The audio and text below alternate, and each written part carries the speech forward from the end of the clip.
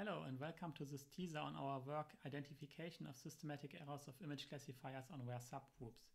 I'm Jan and this is joint work with Robin, Grace, Valentin and Dan, which we did at the Bosch Center for Artificial Intelligence.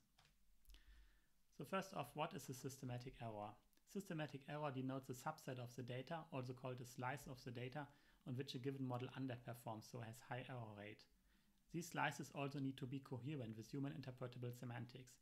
So for instance, if there is a driver assistance system in a car which consistently misclassifies hopping kangaroos as too distant, or if there's an autopilot system which is confused by white trailer trucks crossing a street in front of a bright sky leading to fatal accidents, these are systematic errors which need to be solved before deploying a system.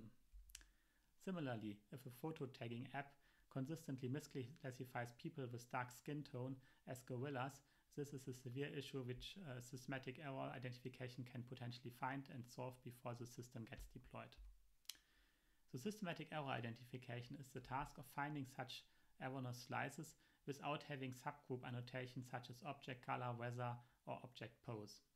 Ideally also without having labeled data that covers these systematic errors, because we assume that those occur on very rare data and is not likely to be covered in the validation dataset.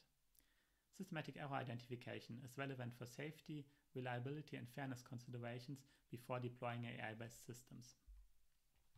In this work, we propose a novel procedure which we call prompt attack. In prompt attack, an engineer defines an operational design domain which specifies under which conditions the system needs to operate. So for instance, specifying different types of viewpoint of an object, colors of the object, weather conditions and object background. Because an operational design domain grows in size exponentially with the number of dimensions to be considered, we don't test all combinations but employ a procedure which is called combinatorial testing, which explores this domain and still stays tractable. We get a large set of subgroups to be tested, and these subgroups we assume are not covered in the validation set exhaustively because some of those correspond to very rare cases. Because of that, we turn to synthetic data and synthesize samples for these subgroups. For this, we design a prompt template and insert the specific values for dimensions like viewpoint and color into this template to get a specific prompt which describes the scene for which we want to have samples. We then take this prompt and provide it as a query to a text-to-image model such as Stable Diffusion and obtain a large number of samples for the scene description. We then run the image classifier on these samples and observe the scores it assigns to the source class and other target classes. Based on these scores, we can then assign a risk to every subgroup, and subgroups with high risk are potential systematic errors. On ImageNet, we found, for instance, for a VGG classifier that there are specific systematic errors, such as the one shown here. This was obtained for this prompt a rear view of a small orange minivan in front of a snowy forest. For a large number of samples generated for this prompt, 25% of these samples were misclassified as snowplow and not correctly as minivans.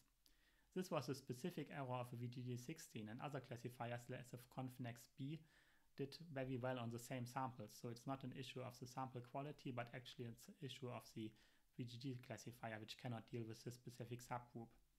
We found other systematic errors for other classifiers, so there's no classifier which is robust to systematic error in these cases.